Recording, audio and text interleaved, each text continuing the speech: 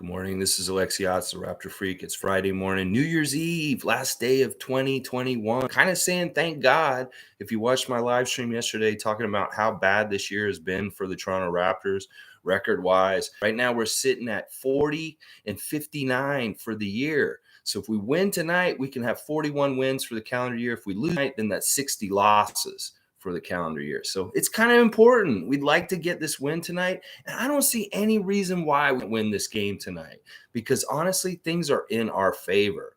I don't know if y'all have paid attention to the news in the last day or so, but a couple things have happened. All of our guys have cleared now, except for two, Isaac Bonga and Justin Champagnie. They're still in protocols, but Scotty, Fred, OG, they're all back. So we should have a full complement tonight. And even Nick Nurse said in the practice interview yesterday that Precious and Kem were probably going to play tonight, like that they're playing tonight too. So we should fully expect everybody to be there tonight, which is fantastic. But it does mean that problem that he's going to have to figure out who the starting lineup is. And he was really coy about it yesterday. They straight up asked him, they said, "Who are you going to start tomorrow, Nick?" And he said, "Well, there's about 7 guys I'll pick from." He said, Fred, Gary, Precious, Pascal, Kem, and Scotty. He said it could be any 5 of those guys starting tonight. So it'll be really interesting to see him what he decides. And I have a feeling this may be the night that Scotty Barnes starts to come off the bench.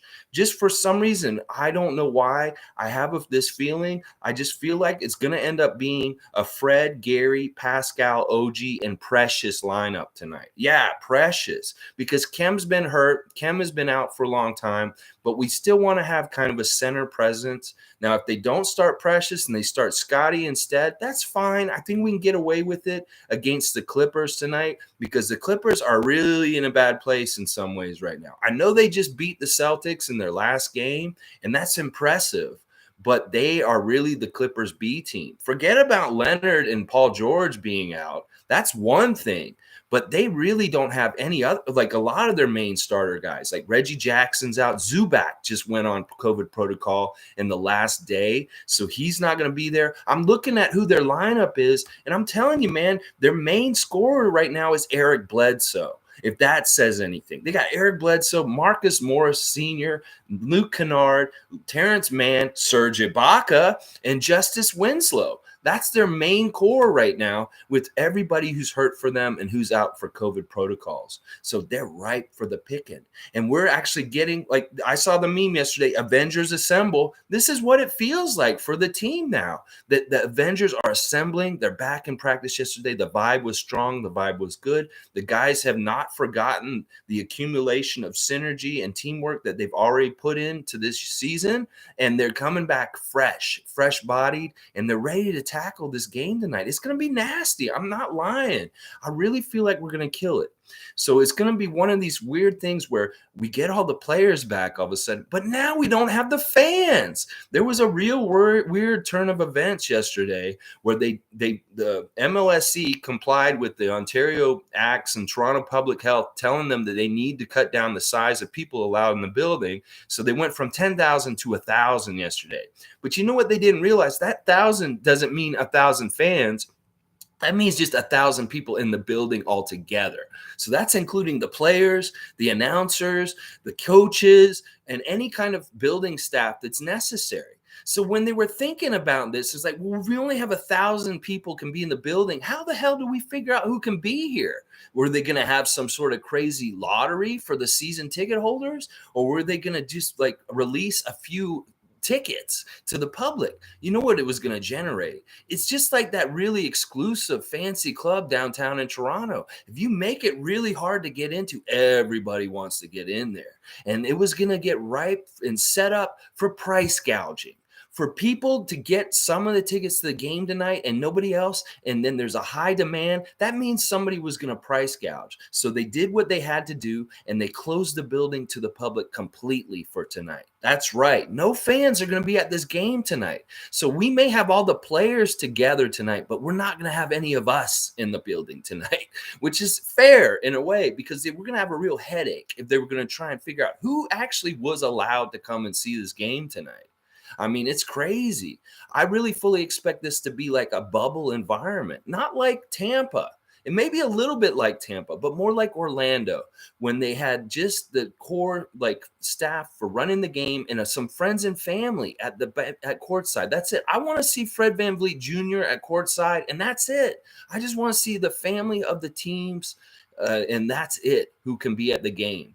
And hopefully they can be somewhat a good cheering place for them. But it's going to be a very vacuumous, weird space tonight. That big, huge arena, Scotiabank Arena, empty with nobody in it. And it's going to be weird. It's going to have that feeling of the bubble, the feeling of Tampa when we didn't have fans in that building, Amalie Arena at that time. But at least it'll be a friendly, familiar environment with our banners and all the different things around it coming into our building and not being in Tampa and stuff like that. But it's very strange. We just can't get everybody together all at once. Now we have the team together and we're missing. Oh my gosh, it's crazy. Let's see what you guys are saying this morning. Good morning, Andrew. Let's go! Oh, yeah, I feel so good about tonight's game. We have to win tonight. I really want us to win tonight. There's a couple of different things. If we win tonight, it'll help. Like I said, it'll put us 41 wins for the year instead of 60 losses. It'll mean that we're not a 500 team in December, that we actually will end the month with a winning record, 6-4. It's up to us. We can either be 5-5 for the month or we can be 6-4 tonight. And I really feel like these guys want to start the new year off on a winning note. So get the win tonight, beat up Mafuzi and his buddies, and then we can start the new year right. And listen, things are looking like they're looking pretty good for us because Sunday we get the Knicks, and they had Julius Randle just go into COVID protocols 2 days ago. So it's going to be an interesting stretch if we've got everybody together and we're starting to see teams that are still having to play their B team or like main guys are missing. So, Sue, good morning. Happy last day of the year. So excited that our guys are back. This might be one of the first days we have all of them playing. It will be interesting. Yes, it is going to be the first day that we'll have the main core guys playing. Cross our fingers. There's still a lot of time before the game. And as Nick Nurse put it yesterday in his practice interview, we're going by half days right now. We don't know who's available. We don't say like a day in advance. It's all half days. And it does really depend on how guys clear different things as the day goes on. So hopefully everybody makes it there tonight. But there are no guarantees in this crazy ass pandemic world. So hopefully everybody's there. We're all set for everybody to be there. They say they feel good. They don't feel the same kind of effects after the first bout with COVID earlier this year, that it's going to be a lot easier to transition back into being in playing shape and ready to play. And I feel like this is going to be good. So we'll have to see what happens. We have to win this one. No excuses. I completely agree with this because we've lost some games that we were going to lose, unfortunately, just because of the matchup, the personnel available and stuff like that. We lost some close games. This is a team that has some real fundamental problems. Like I said, I feel like the Clippers have gone downhill since Kawhi arrived there. Like they were at their best the first year he was there when he was healthy and they were playing. And then the year when Surge came, they kind of just fell apart. And they haven't really been a top Western team to me, in my eyes, in the last 2 years, really. Because they've kind of they're a collection of guys, individuals, but they're not really a team to me. And I really blame Kawhi for being the GM of that team and sending all the guys he didn't like away, the guys who I thought were good on the team, like Harrell and different people like that, and bringing in guys, yes men, guys that he wanted to play with. And that it just shows that, a player shouldn't be running a team. It's the same thing with LeBron and the Lakers. It's the same thing with the Clippers and Kawhi. And that's why they're unsuccessful right now to me. Now, this really is going to be Clippers B team. So with our A team, it does make it a must win. I completely agree. Everybody's saying morning to everybody. I love it. The community. Giovanni, good morning, man. I think we can say bye-bye Isaac Bonga. Whoa, that's an interesting take. I think you're saying that because of DJ Wilson. You think that DJ Wilson should get his spot and we should cut Bonga instead. That's an interesting idea. I don't know if they'll do that just because Bonga's got time invested and there's things about Bonga that this team really likes already. I'm really hoping that they'll just maybe take that luxury hit and just go ahead and bring DJ into the fold without getting rid of anybody. Because it's really going to it's that luxury tax thing. Once again, like I said yesterday, it's the whole reason why we cut Sam Decker earlier this year. But you know what? This is the thing too, I've heard that at some point there's a date that passes where we can open up and get over the luxury tax where we won't get penalized. And it may be that we don't have DJ Wilson for a little while this season, but he's somebody we have in our back pocket that we do add to our players on our roster before the end of the year. That this date of, I don't know all the deadlines and the stupid stuff with trading and signing guys and how it interacts with the cap space and stuff like that. That's for Blake Murphy and Josh Lewenberg and stuff to talk about. But there's some date that can pass, and then we can acquire him and have him on the team without having a penalty for our luxury tax, I believe. So hopefully maybe that's what happens. They run out this 10-day contract with him. He's not around for a while, but he has an agreement with us that he likes us, we like him, and that when the time is right, he gets brought back in and he's a regular full-time roster player before the end of the season in time to get ready for the playoffs. I think that might be what happens, but it could be possible. Maybe they will just straight up cut somebody on the team and give them their spot. But it may be that this may not be a big enough sample size of DJ Wilson playing to do that, to feel comfortable cutting somebody we've already invested in, because Bonga has a contract. We're paying him. And I don't know. It's a very interesting situation. We have an open roster spot. We can keep them if we want to. It's just about the finances, about the financial hit of keeping them. So, Chriscom, good morning, man. Why do you think Toronto has more strict protocols than any American city? I know this is crazy. And the Raptors themselves have personally gotten to see the difference because they had to play in Tampa last year. And now they're seeing how Toronto's treating it. Well, we're a lot more careful here in Canada. Somebody described it as this way. Canada is more collective and more on the safe side, whereas America is more of an individualistic country, and they're more like, you know what, go out and try things and be brave and then pay for it later, possibly. That kind of stuff. And so it's that kind of philosophy. And part of it also is this new decree by the CDC that just came out this week, changing a lot of the guidelines. There's a lot of criticism that it's favoring businesses and companies to be able to operate and work still and still try and make money, and that it's not totally focused on being safe. So the things that we're doing in Canada are being extra careful and protecting the people, whereas the things in the States, they may be making more decisions related to business decisions. And there's a lot of criticism about that right now. And there is a big difference. And that was the whole question with Kayla Gray yesterday at the press conference with Fred VanVleet, where people were calling Fred VanVleet about the differences between how Toronto's handling the pandemic and the other NBA cities are handling the pandemic. And it's not whether anything's better or worse. It's just that this is our approach as a government, as our country, compared to the country of the U.S. with how, and that's even regional with that, because they may treat it totally different in Brooklyn and New York than they will in Orlando and Miami. So it's varied all over the place. And honestly, to me, I've always erred on the safe side. So this is part of the reason why I'm glad I'm on this side of the border. Part of the reason why I didn't go home for Christmas to Atlanta and all that kind of stuff, personally, for me. So it is what it is. For the next 3 weeks, we will have no fans at our games. And it may seem like an unfair advantage for other teams, but in some ways we get advantages just from being back in Toronto and still being able to have that. And it may be weird that we go on the road and there's fans for other teams, and meanwhile when they come here and there's nobody in our arena. But it's just what we have to do for right now. This is what the government of Canada wants us to do to continue running these games. And it's not just us. The Leafs have to do this too. And that's a crazy thing. Like, as much as season ticket holders of the Raptors are pissed off and upset about the situation, just imagine these crazy Leaf fans, people that have been going to Leaf games for decades and how they are about their team. They're really pissed off.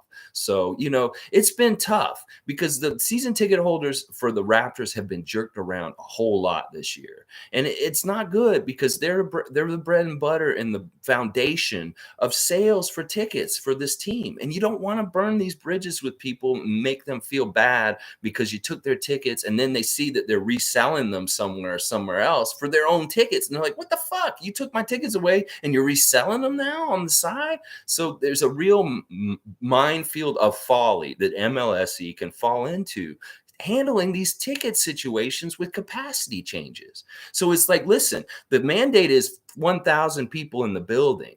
Listen, we could have 1,000 food and beverage workers in there alone. It's 1,000 altogether. So that means both teams, which is what, like 50 guys with the coaches and all the players. And then you got Herbie, you got Matt Devlin and whoever's calling the game with them. And then you got support staff like the sweeper. You got a little bit of everything that's important for game ops. And that made up almost 1,000 people. And they're like, what? We can only bring 250 people into the building? How are we going to pick these people? Is there a lottery or something like that? No, we're not doing some Hunger Games bullshit for this. So they said nobody's coming. And that's just how it is. And I think that's the fairest thing to do. If they had made it so only a few people who could have came to this game, it would have been a disaster. So this is what they have to do right now. We don't like it. It's not ideal, but it is what it is for right now. And hopefully in 3 weeks, when this period that they've already called is over, it can go back a little bit more to normal. It'd be nice by the end of the year if we could have full capacity in our building and have everybody all together finally. It'd be awesome. All right, let's keep going. Gee, social healthcare system. Everybody gets taken care of and it burdens the system. Yeah, I don't know if it's exactly that. I think that just we're being overly cautious. In some ways, there's been a lot of criticism this week of the games that we've had recently and having so many people in there that there's social justice warriors, busybodies that are out there calling the office, Doug Ford and Sean Torrey, and complaining that, well, how are they going to still do this? People, they just need to mind their own business. But, in a way, this is actually the right thing to do because there still is a pandemic. And, they might just want to have people in the building just to continue to make money. And people are maybe still spreading stuff around by coming to the game. So it's smart. It's not necessarily the businessmen or the fans what they want, but it is probably the smart thing to do, at least for right now, because the numbers are surging all over the place. And talking about surge, yeah, he's coming back tonight. I'm so excited that Serge Ibaka will be playing tonight. He was the one reason why, mainly, I wanted to come to this game tonight for New Year's Eve, is because I knew Serge or maybe Kawhi.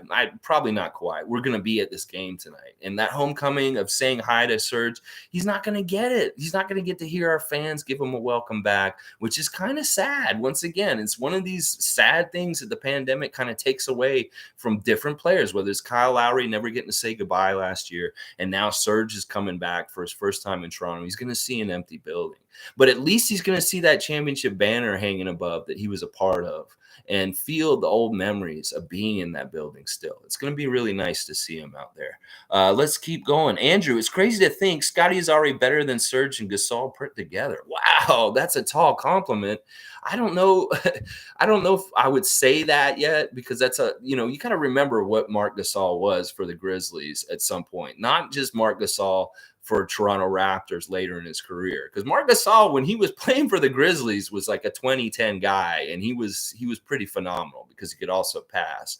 And then Serge, yeah, maybe Scottie's better than Serge in some ways. I love what Fred said about Serge yesterday, that he's looking old and he's going to have to run him by some pass screens to test him out to see how he's doing. So he's going to make him work. And there were so many funny stories told last night. I never knew about the story about the Milwaukee being down 0-2 and the pep talk that Serge gave in that series when we were down 0-2 to Milwaukee in the Eastern Conference Finals in 2019. And Serge, you guys heard the story, bear with me. But Serge got in front of the team before Nick did his game plan for the game. And he said, I was in this exact same position with Oklahoma City against the Spurs. and we were down 0-2 and we came back and beat them, and we can do this. I believe in it. And the funny thing was, he was telling this to the room while Kawhi and Danny Green were sitting there, and they were on the Spurs team he's talking about that he came back and beat. And Fred was chuckling about this because he's given this inspired speech about coming back against the Spurs, and two of the guys he came back against are sitting in the room with him. I thought that was so hilarious. But apparently that speech was very pivotal in turning that series around against the Bucks, and then us winning 4 games in a row and winning that series and going to the finals. So I love Serge. Serge is so awesome. If there was some way somehow we could end up having him back on our team some way, or just honoring him later for sure, that would be awesome because he deserves it. He's been a great Raptor to us. All right, keeping him going. Giovanni, DJ Wilson is not signed. Someone will poach him, like Reggie Perry got poached by the Blazers. Yes, I saw that Reggie Perry got picked up by the Blazers. I'm very happy for him. I'm glad. But obviously, we saw better players on other teams because we didn't bring him up. I don't know. Like the DJ Wilson thing, like I'm saying, is there could be some sort of like underlying agreement while he's in our system right now. Like maybe he has to play on 905 for a little while or something. I don't know how they can do it. I'm sure that Masai and Bobby will figure out some sort of loophole to make this happen. Because listen, he wants it, we want it, the fans want it. I think the team wants him. So they're going to try and make this work out somehow, some way. If it doesn't, well, is it the end of the world still? Because honestly, these 10-day guys were only supposed to come in and be fillers just for the time being while everybody's out on COVID protocol. There was no guarantees that anybody was going to stick around for anything. And obviously, none of the other guys are going to make the team. But Wilson has a shot. We'll see what happens. They got to figure it out, though. And I don't know if we want to take the luxury cap hit just to take him in. Because we weren't willing to do that for Sam Decker. So why would we do it for him? So it's going to be interesting to see how it all plays out. We'll see. But apparently their 10-day contracts run out tomorrow. So this may be the last game we see DJ Wilson play for the Raptors, and he may get poached, just like what you're saying.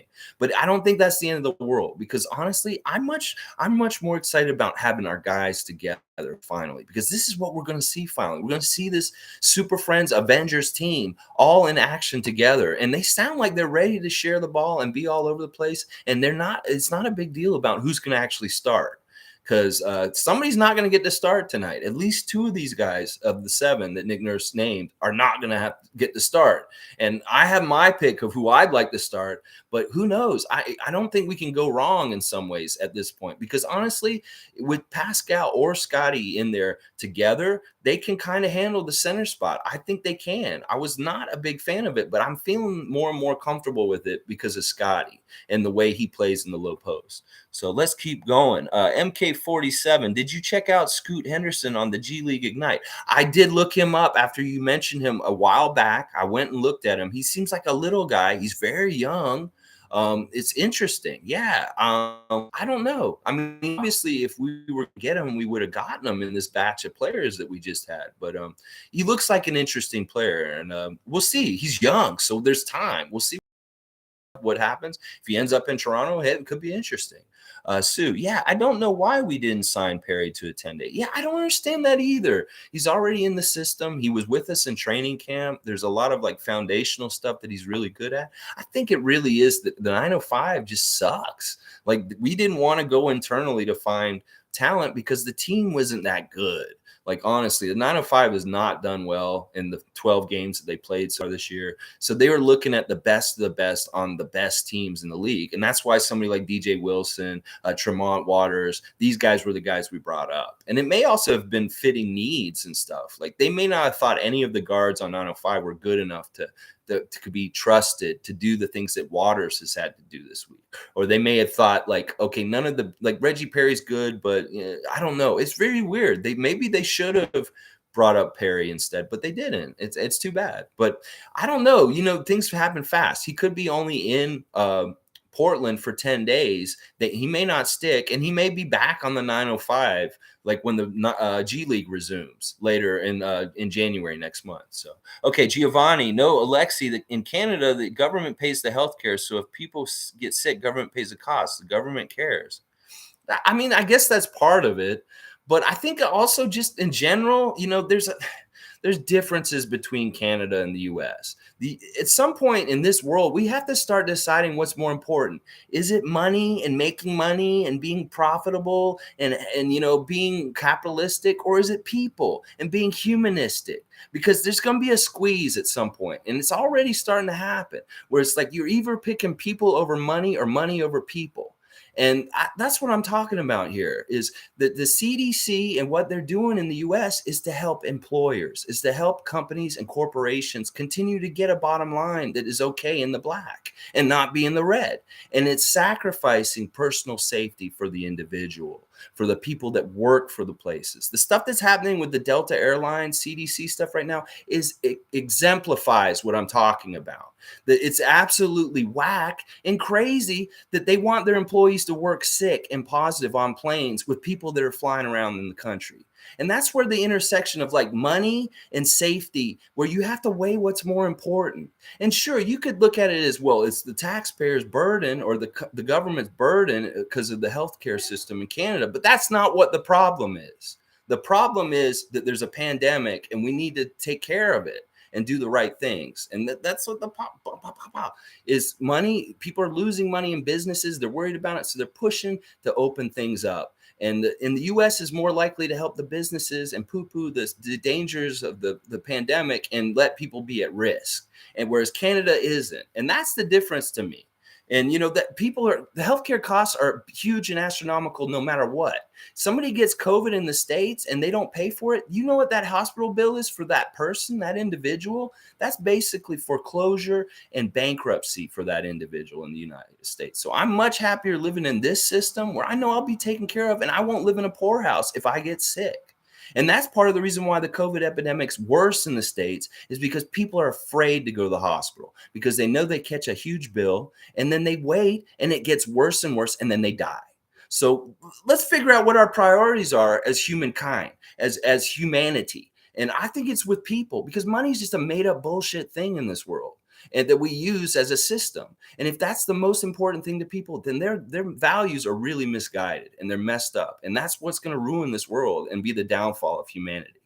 Anyway, I got too deep right there, but that's really a difference. And I understand what you're saying, but you know what? The healthcare systems are a burden on both sides of the border, and costs are high. It's either is the government paying for it, or is the taxpayer, is the individual paying for it? I don't know. I think our system's much better. And I think that the rest of the world agrees, because they have the same system as us. It's the United States that's so backwards with their healthcare system. And that Obama was trying to fix it. And then these motherfuckers came in after him and tried to rip it all down. But let's focus on basketball. All right. Let's keep going. Andrew. You didn't end up going back to Atlanta. No, I canceled my trip 3 days before. It was so depressing. I just stayed here at the house. That's why I did my song here. I didn't get to see my family. I saw them over Zoom just for a little bit on Christmas Day. That's what I had to do. It sucked. I actually have been a little bit depressed this week because of it. And you know what? Your comments, Andrew, and things you said, you have brightened my week. I'm not lying. And even that opening that bag last week was basically like my Christmas. It was fun. And I'm so happy and glad to have you guys at least, So, all right, let's keep going. Giovanni. Perry was a defensive liability. Yeah, I agree. There were some problems with Perry that, he was interesting as a player. Like, I thought he was good because he could shoot threes, and he's a big guy and a big presence, and that's what we needed. And that was who was next in our system. So it's maybe behind him. But actually, I'd much rather have a DJ Wilson than a Reggie Perry, because he seems like he is a more dynamic scorer. He also seems like he's really gelled really well with the team already. The fact that him and Pascal were passing the way they were in the second half of the Philadelphia game was huge. Like, that's a natural chemistry that you just throw him in there. He's barely played with anybody, and they have that kind of, good passing. It's really good. So Andrew says that DJ Wilson looks like a dinosaur. This is like the Chris Bosh thing. People used to crack on Chris Bosh because they said, "Oh, you look like a dinosaur." Let's not get into appearances too much. I think DJ Wilson's a cool looking guy. Apparently he's a wrestling fan. Blake Murphy was trying to get him to go to the WWE event at Ricoh Coliseum on Wednesday night with him.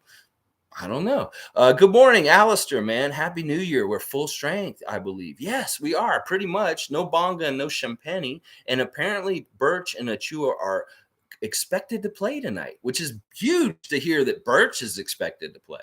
Now, everybody else, Scotty, Freddie, OG, they're fine. And the big one, really interesting one, is OG, because OG's been out on the down low for a while right now. And it's been really kind of Pascal working with the new guys. And we haven't seen Pascal and OG out on the court together as much this year. And of course, we know that they have a great synergy together, OG and Pascal. So that'll be really interesting and fun to see them revisit each other and play together finally this season, because Pascal was out for a lot of the season and then OG was out and they hadn't really been together. So I'm excited about this. This is going to be a great day. And this is going to be a fantastic New Year's. And we all deserve it after all the crap we've been going through in 2021 and the things that the Toronto Raptors franchise had to endure in Tampa and with COVID and stuff this year. This is going to be a nice way to end the year. I'm really pretty sure tonight we're going to win. Oh, yeah. Chriscom, do you think we'll trade Dragon? Sucks he's still on the team and haven't been able to get anything for him. It is what it is. I mean, it's just a bad situation with the contract. The contract is a balloon contract. He's not worth it, so nobody really wants it, and nobody's not seeing the value in him coming off the books next summer. It could be something that still happens later on in the season as we get closer to the end of the year, but I'm not holding my breath. If this just stays the way it is like this, it is what it is. Let him run out, and then, in the summer we have more money anyway. So it is what it is. It's actually really kind of hurt Goran in a way, because he's looked bad at the beginning of the season. His trade value's gone down. And even this period of time, we could have used him recently. He might have been able to play during this COVID protocol time, and he could have showcased and done some good things for himself in his career. But because he felt like going home, taking his ball and going home, he didn't get that opportunity. So in a way, that kind of shot him in the foot in some ways, to me at least, because he was going to get to play. He would have definitely played the last couple of weeks with what was going on with our team. So let's keep going. Gee, $70,000 is the American hospital bill on average if no insurance. With someone with COVID is very ill. Yeah, it's insane. Listen, the American healthcare system is really tough and messed up in some ways. I have the choice. I'm a dual citizen. I'm American also. I'm Canadian. I lived in the United States for 25 years of my life. I've been in the American healthcare system. I've been in the Canadian healthcare system. I've seen the differences between both. And the U.S. healthcare system is broken. It's still broken. It still has major problems. It sends people to poorhouse every day. And it shouldn't be like that. I studied health and epidemiology in grad school as part of my sociology studies. And part of the problem with the American healthcare system is it doesn't encourage preventative healthcare. Preventative healthcare is where you're going to the doctor because you feel like you can. You're not going to have to pay an arm and a leg to see him. And you're going in and you're seeing stuff early before it's gotten out of control in your body. And when things get put off and you don't see a doctor until it's absolutely necessary, healthcare costs are way higher. So preventative medicine is much better. And if people have an aversion to going to the doctor because they know they're going to catch a bill, they're not going to do preventative medicine. So this is the crux. The main reason why the healthcare system in the United States doesn't work is because people put off getting better until it's too late. And then they die and they have a huge bill. So that's it in a nutshell right there. I had a surgery here in Canada in the early 2000s that didn't cost me anything, and it was life-threatening. I had an infection in my elbow that swelled up to the size of like a volleyball, and it was so much pain. It was a cellulitis. I felt like I was going to die. And I went to Mount Sinai in downtown Toronto in the middle of 1 million people, and I was seen within 6 hours, and they had me in surgery within that week. And I got it taken care of and fixed. And you know what I had to pay for? I only had to pay for a prescription to get some pain pills for $40 out of the whole freaking thing. And they fixed my elbow. And I'm fine to this day because of that. But if that same thing had happened in the United States, I would have had a huge bill. And that's the difference right there. Sue, I was hoping that maybe the Cavs would want Goran in a trade since Rubio's out for a year now, along with Sexton, so they need a point guard. But it looks like they're trying to get Rondo. Yeah, I heard about the Rondo. They're trying to get Rondo. It's too bad because, honestly, the Cavs have that Canadian kid, Kevin Pangos, and hopefully he could get more of the minutes and stuff like that since Rubio's out. I mean, they have Garland. Garland's really a point guard also. So they do have a point guard. It's just, I guess they want to get Rondo. But, the Cavs are in trouble. Ricky Rubio, even though he was kind of garbage in the game, but he did start playing well against us the other day. They have a lot of injuries and they have a lot of problems. They started really strong, but I have a feeling the Cavs are on their way down. I saw Evan Mobley doing some crazy stuff, though. That one play where he did the up and under near the basket as a 7-footer, that was very impressive. I'm not going to lie. But yeah, I think the Cavs are on their way down with different injuries like Sexton and Rubio. Those are big injuries for them, for that team. Let's see. Andrew.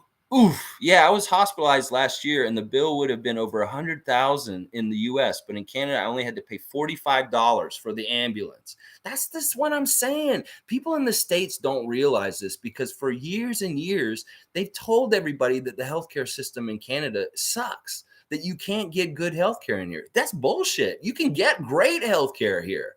It's just that they don't want people in the States to know how they're getting screwed over so bad. That it's really like that. It's like they make up a lot of propaganda and bullshit about how Canada is so that they don't realize how they're getting fucked down there. So, all right, we don't want to go too much into this topic because this is kind of a big out of bounds for us. Giovanni's saying Raptors have to sign DJ Wilson because Raptors get very little points off the bench. So if the Raptors don't think they can move Dragic, I think Bonga gets waived. And then he's also saying, I think it's why Dragic sent home. Little bit of pressure to take a cut to make it worth buyout and get under cap. It's 20 million in a pandemic NBA for staying under cap. This is all interesting stuff that you're saying. I really agree with you about DJ Wilson would super help our bench scoring and production, and like it would be really good. But I think that tonight we're going to see a dramatic jump in our bench production tonight just because the full cast is going to be available. We're going to see 5 of our premium guys start and at least 2 of them be off the bench. So those 2 guys that come off the bench, whether it's Cam, whether it's Scotty, whether it's Precious, whoever it is, they're going to add to our bench totals and they're going to make our bench look a way lot better tonight. So that's going to be the beginning of that tonight. And as far as the Dragic stuff, seriously, guys, he's gone home. I don't see anything happen with him getting moved at all right now. There's really no buzz about him getting moved at this point. He's just kind of a moot point. He's just gone home, and that's that. And we're just dealing with him being over there. And, in some ways it's good because he kind of may have become a distraction more as this year gone by. Just think about this. Nick Nurse could have taken the pressure at the beginning of the season and said, no, Goran's always going to be in our rotation, and forced him in our rotation, forced him into our chemistry and our synergy, which he wasn't taking to at all. And we could have been really having a lot of team problems just because he was forcing Goran to have to play, to be a part of our rotation. And I'm glad he gave up on him pretty early and didn't continue that experiment longer, because that could have really messed things up on our team in different ways. And I'm glad that he just kind of went away, because he didn't fit on this team. He didn't. He's the only guy over 30 years old, and he looked really old and slow compared to our young core. So it is what it is. Let's keep going. Alistair, at this point, I'm begging Nick Nurse to experiment Scotty coming off the bench. Yes, I'm 100% with you, Alistair, on this one. I think Scotty needs to come off the bench tonight. He's been out for a little bit now. There's no reason why you can't go by seniority tonight, Nick. You go by seniority. That's the easiest way to make it fair and make it seem like you're not slighting someone. He is the least guy on the seniority list, him and Precious. So by seniority, it should be Fred, Gary, OG, Pascal, and Kem. But because Kem's been hurt and he's kind of had more time off than anybody else right now, he needs to maybe not start. And that's why I see Precious getting bumped up. But if it's not Precious, then it may be Scotty. And that may be because Scotty's been around more this season than Precious has, even because Precious has missed a lot of games also. So I don't know. I don't think he can go wrong tonight, especially since Zubac's out, because I was thinking Zubac was going to play tonight. I was like, okay, we need to start Precious or Kem. But because he went into protocols in the last day or so, I think their center is going to be Morris. I mean, honestly, I'm looking at, they may start Serge tonight. That would be really interesting to see Serge starting at center for them tonight. That could be really, that could be really fun. Serge Ibaka starting center for the Clippers tonight. Well, it's going to be a fun game no matter what. Basically, mainly because we're going to get to see pretty much all the guys out there together, and hopefully they'll have some good synergy. They're going to be going against a lesser team because honestly, I'm looking at the guys who are out for the Clippers. You got Reggie Jackson, Paul George, Kawhi Leonard, Nicholas Batum, Zubac, Hartenstein, this Boston Junior kid. Their list of guys out compared to who is actually in is like really like shocking because their best players are all out right now and they've really got their bench guys. So we're seeing the Clippers B team tonight. Clippers B team versus Raptors A plus number one team. And I'm excited about it. I think this is going to be a great homecoming to see Serge and a great homecoming to see our players all playing together. All right, let's keep going. Andrew says, hope we can keep our minutes low, but I have a feeling players will play 40-plus minutes. Actually, Nick said something about this yesterday. He is super concerned about minutes, especially right now because of the protocols and guys being out and the whole conditioning issue. He's going to really watch them tonight. I will bet that he'll be very equal with how many minutes he gives to each guy. I'm going to guess that most of the main guys are going to get 30 to 35 minutes, and they're going to be very equal in the time, like out there. So hopefully he doesn't ride Fred or Gary or Pascal 40 minutes for the game tonight. I think he's going to try not to. That's at least what he said yesterday. But he said this at the beginning of the season too, and he didn't stick to it. So we'll see if Nick's going to stick to it or not. I don't know.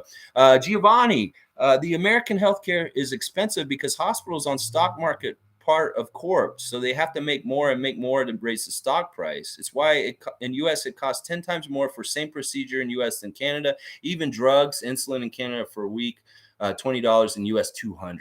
Yes, you're exactly right, Giovanni. The connection between business, Wall Street, the pharmaceutical lobby, part of it is just lobbyists. It's these middle people that aren't really doctors or anything. There's a whole industry in the US that's bullshit. It's basically just leeches and parasites that are on the healthcare system that add a whole bunch of costs. These pharmaceutical reps, pharmaceutical people are basically driving the costs up for these things like insulin and stuff like that. And that's why there's a difference in cost there between here and why people will try and go across the border, get their insulin and stuff like that. It's awful because insulin is absolutely essential for some people to just survive.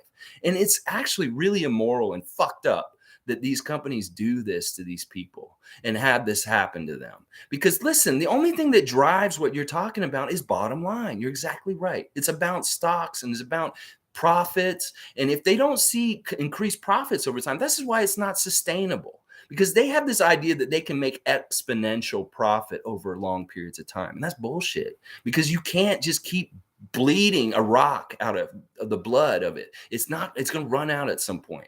So at some point you're going to fail with your whole exponential. It's got to go up on the curve like this.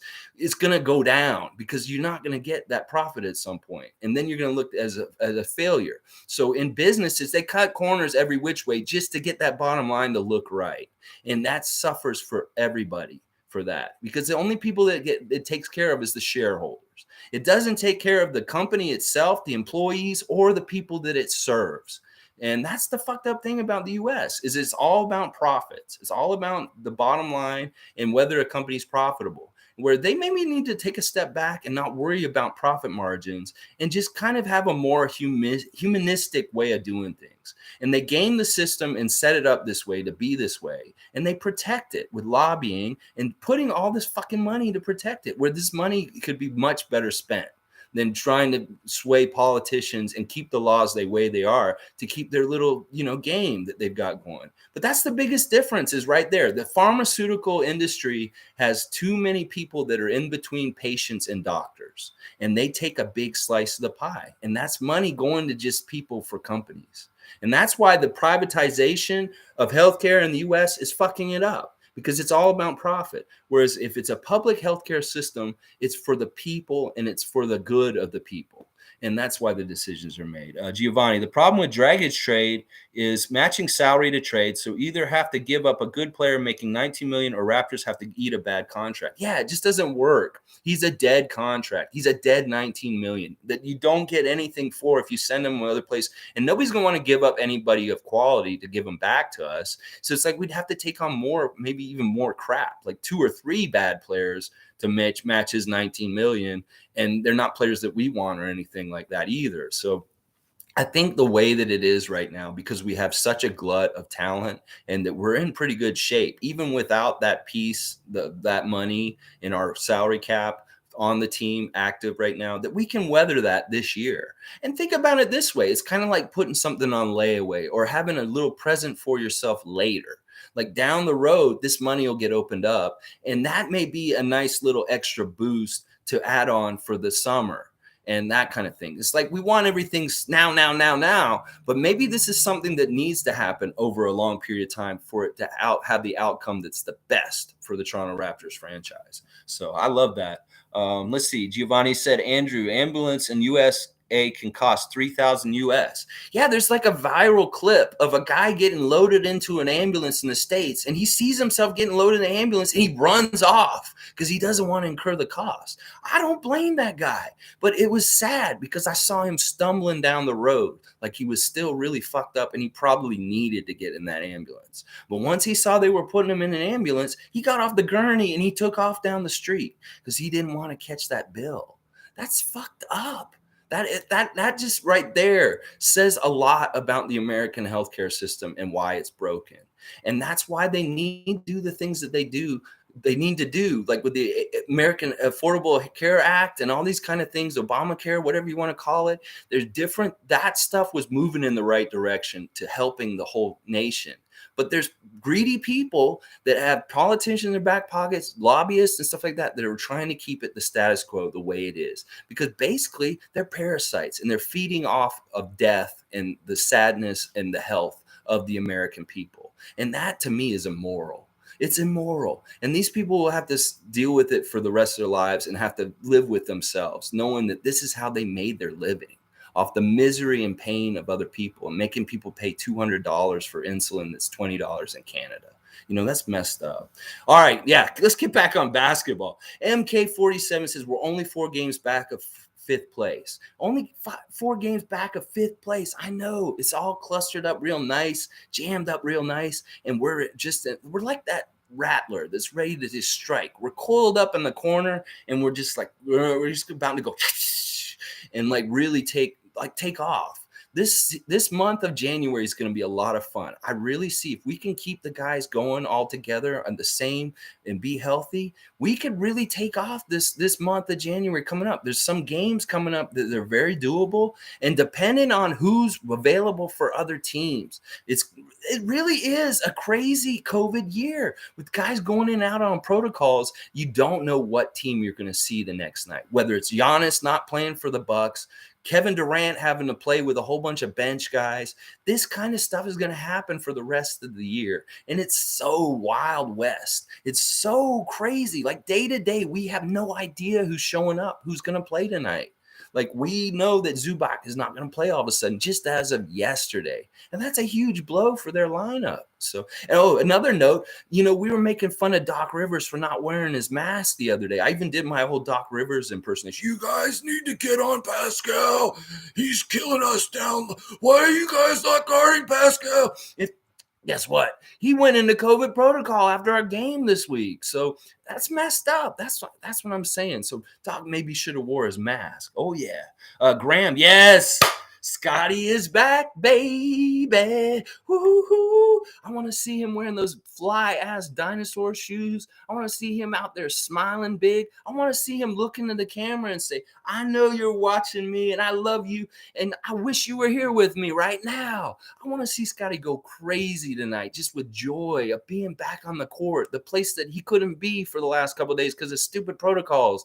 And he's back in full effect with all his friends are there. OG's there, Pascal's there, Gary's there, Fred's there, Precious, Cam, Svi, Yuda, everybody's there. It's gonna be so much fun to see this and see how the minutes get laid out. Because seriously, after having nobody and people having to play heavy minutes, all of a sudden having a lot of guys and having to figure out who gets those minutes, competition goes.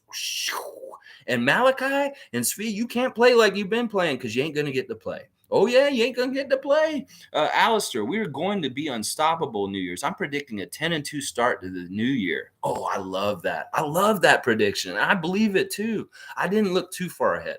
I know we got Clippers tonight, Knicks on Sunday, and then the Spurs are here on Tuesday. And the Spurs are not necessarily the same Spurs that they've always been, but they're very dangerous right now. Don't get me wrong.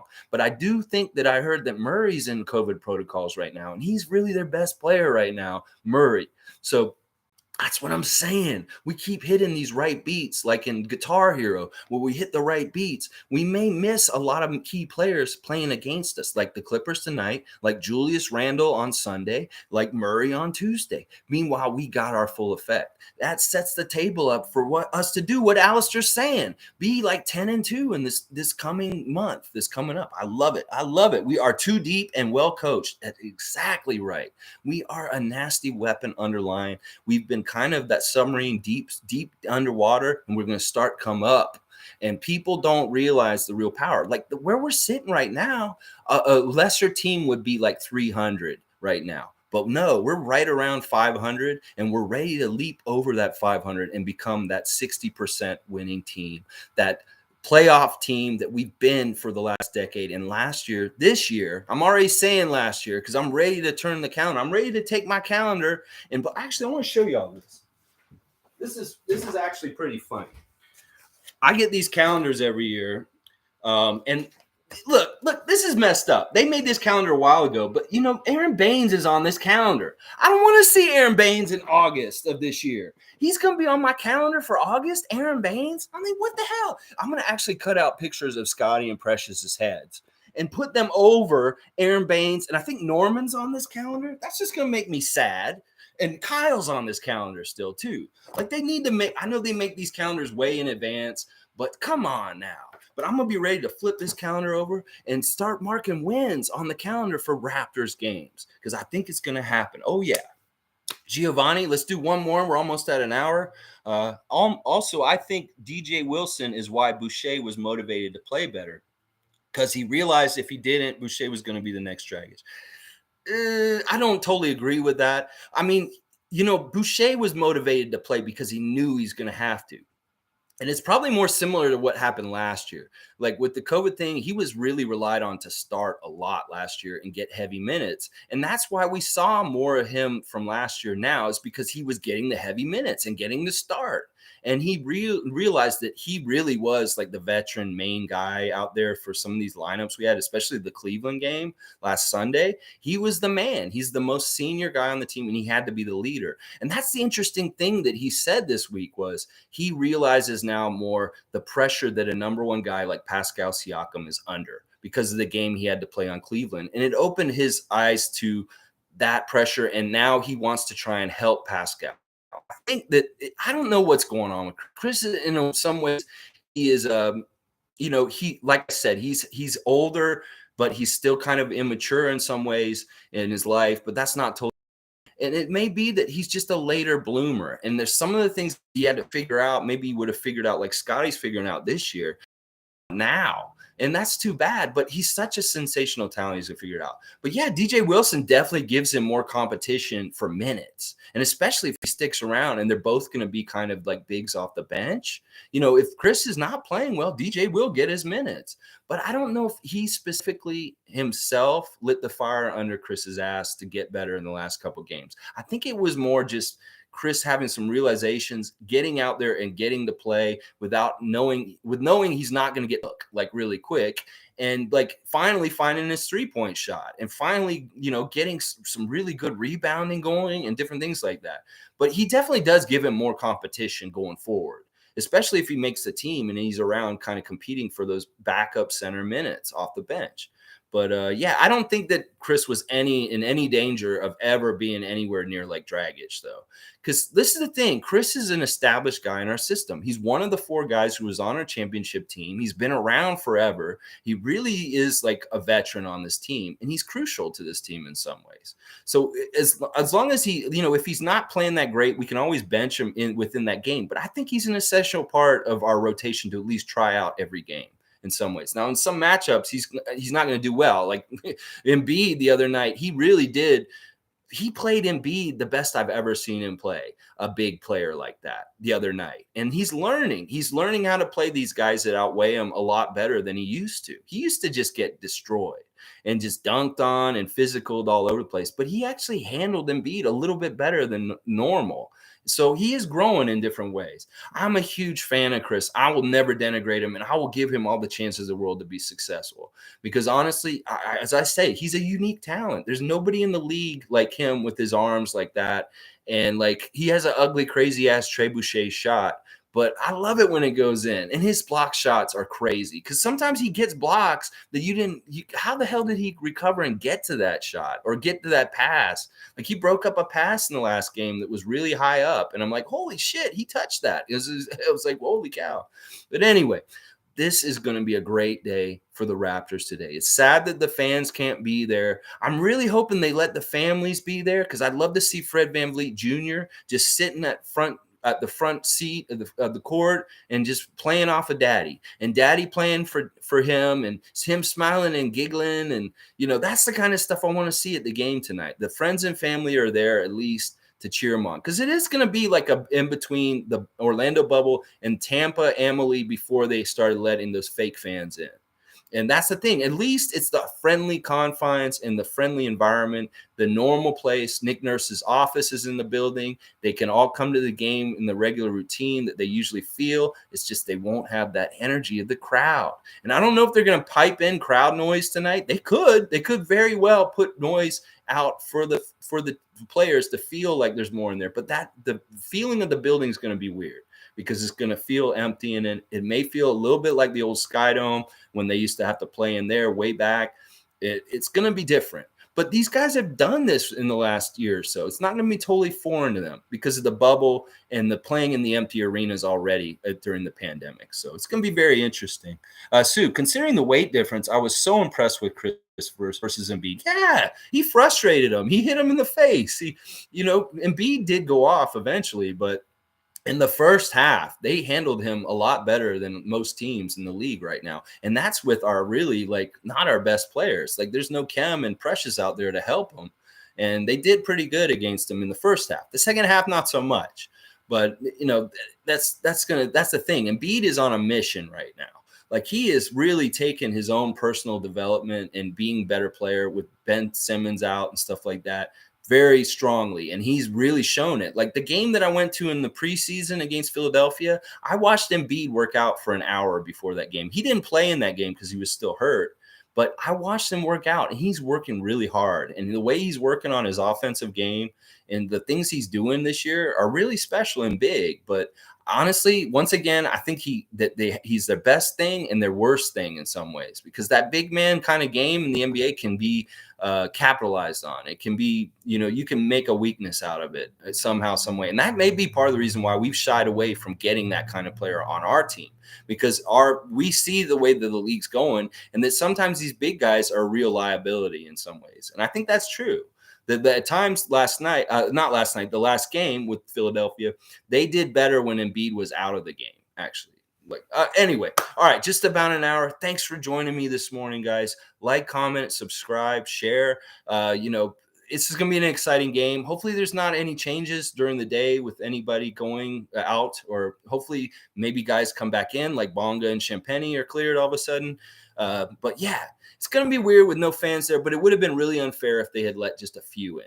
So it is what it is. Happy New Year, y'all. I'll see y'all in the new year. 2022 is going to be a good year for the Raptors. I can feel it. And I would like you guys to join me every morning and we can talk about whatever is going on, just like we've been doing already. Y'all are the best. Happy holidays. Happy New Year. And I'll see y'all tomorrow for a reaction on the New Year's Day. I will be with you again. All right, I had to do that. Oh, Darren just at the last minute. Keep DJ Waves fee. Okay, he wants the Waves fee for DJ. I can't go against that with Waves fee's been playing lately. All right, y'all. Thanks for being here. Happy New Year. All the best. Have a good time tonight. Be safe.